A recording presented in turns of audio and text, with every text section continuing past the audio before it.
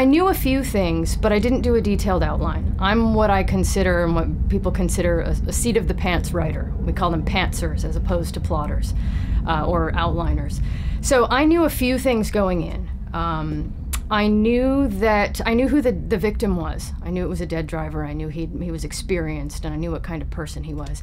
I knew why what became the victim, why he was killed, and I knew why Kate Riley, my protagonist, the race car driver, was compelled to be involved in the investigation. That's sort of one of the keys for an amateur sleuth, is you've got to have a reason for someone like a race car driver to continually stumble over dead bodies and feel like she has to do something about it. So I knew a bit about the victim and my protagonist. I knew the setting, but I didn't know a lot of the details. So I started with simply those pieces, and I sat down and wrote, and just sort of tried to think what would happen as she went along, and things developed. I saw one writer that talked about the act structure, the structure of a novel, and described it in a way I liked, that was, for mysteries, 3 disasters and a resolution. And because that sort of gives you a sense of, you've got to have the crime to start with. Usually, you stumble over the dead body very early.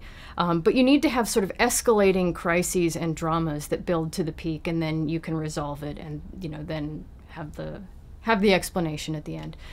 Once you have internalized this enough, once your brain understands that structure enough, it's going to come out whether you plan it or not.